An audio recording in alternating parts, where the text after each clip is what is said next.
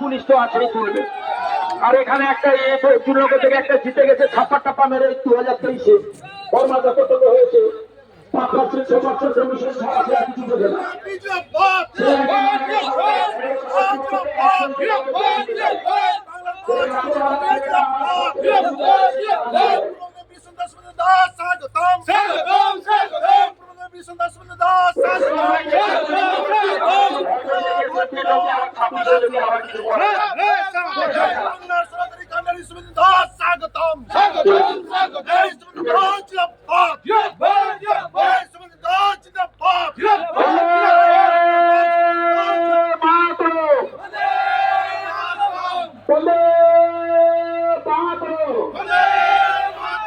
শুভেন্দু অধিকারীকে স্বাগতম স্বাগতম স্বাগতম স্বাগতম জননেতা শুভেন্দু অধিকারী স্বাগতম ভারত মাতা কি শুভেন্দু দা স্বাগত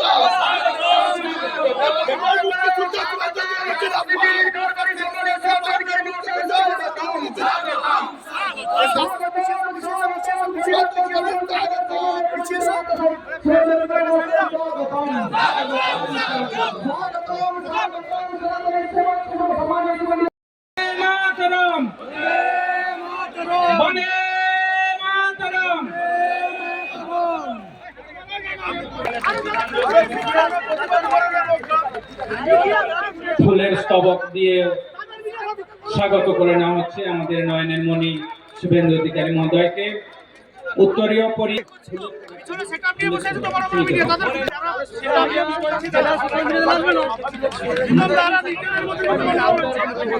ভোক্তারস্ত্র তুলে দিচ্ছেন ভগবানপুর 4 মন্ডলের মন্ডল নেতৃত্ব।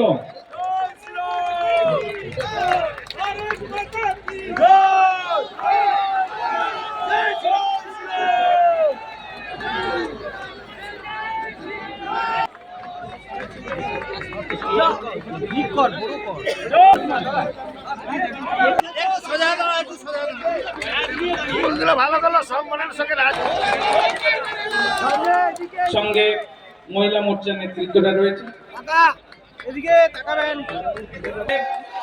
উপস্থিত জনতাকে সাক্ষী রেখে বিজয় সংকল্প আমরা এখান থেকে শপথ নিচ্ছি।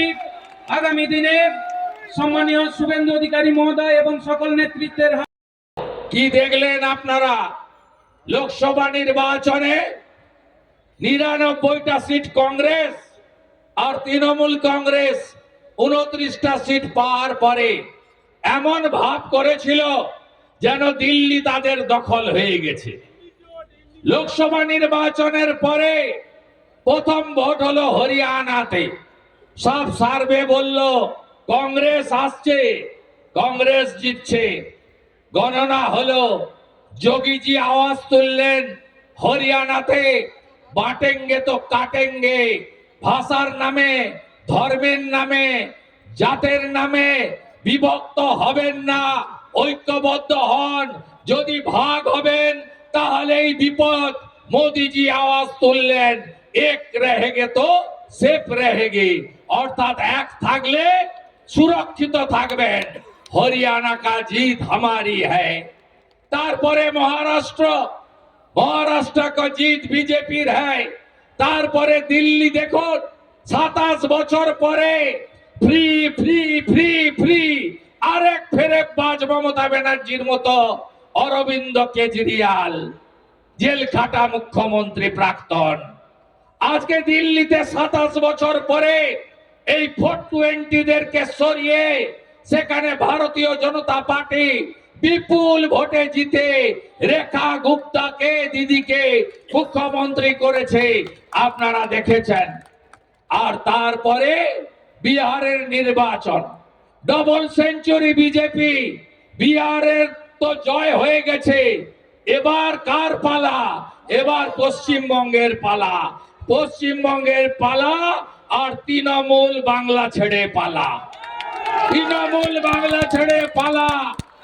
আমি আপনাদের বলি, এত ছাপ্পা মারার পরেও লোকসভা ভোটে আড়গোয়ালে ভোট করতে দিয়েছে।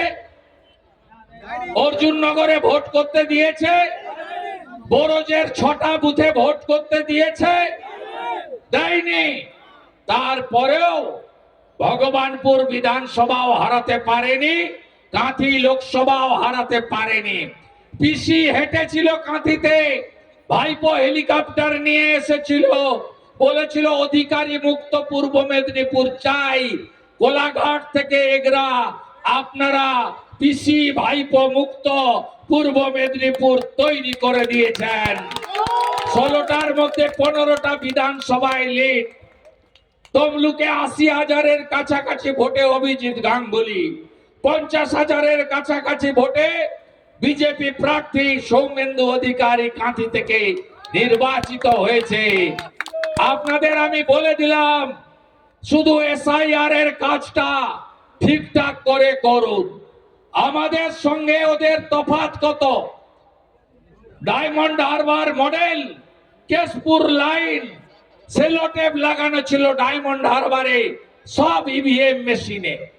কেশপুরে প্রার্থী হিরণকে আটকে রেখে পুলিশ এবং আধা সামরিক বাহিনীর সামনে বুথ কেন্দ্রে যেতে দেওয়া হয়নি। ঝাড়গ্রামের প্রার্থী ডাক্তার প্রণব টুডুকে গড়বেতাতে মাথা ফাটিয়ে দেওয়া হয়েছিল, দেখেছেন? ডায়মন্ড হারবারের প্রার্থীকে ফলতাতে 3.5 ঘন্টা আটকে রাখা হয়েছিল। কোচবিহারে নিশীথ প্রামাণিকের উপরে আক্রমণ হয়েছিল, হুগলিতে লকেট চ্যাটার্জির উপর আক্রমণ হয়েছিল। তারপরেও আমরা 2,33,27,000, ওরা 2,75,00,000। এসআইআর এ লিখে রাখুন, যতই আইপ্যাক ব্যাকপ্যাক করো না কেন, বাবার সঙ্গে মায়ের সঙ্গে, বাবাকে শ্বশুর, শ্বশুরকে বাবা, আর জামাইকে ছেলে, ছেলেকে জামাইকে, ছেলেকে জামাই বানাও না কেন, 1 কোটি নাম উড়ে যাবে, যাবে, যাবে, যাবে, যাবে। কোন মৃত নাম থাকবে না, ফেক ভোটার থাকবে না, ডবল ট্রিপল এন্ট্রি থাকবে না। বাংলাদেশ থেকে যে হিন্দু এসেছে তারা অনুপ্রবেশকারী নয়, তারা শরণার্থী, তারা থাকবে। বাংলাদেশের মুসলমান আর রোহিঙ্গারা পালাবে। কার্বলিক অ্যাসিড ঢেলেছে ইলেকশন কমিশন গড়তে, পিল পিল করে পালাচ্ছে। আমি বলি এদের জেলে দেওয়ার দরকার নেই, ভাগ, পালা, তাড়াতাড়ি পালা, নইলে নইলে আসামে যা হয়েছে, ইউপি গুজরাট যা করেছে, এখানেও বিজেপি সরকার এলে এই অবৈধ অনুপ্রবেশকারীদের রাখবে না। তাই তারা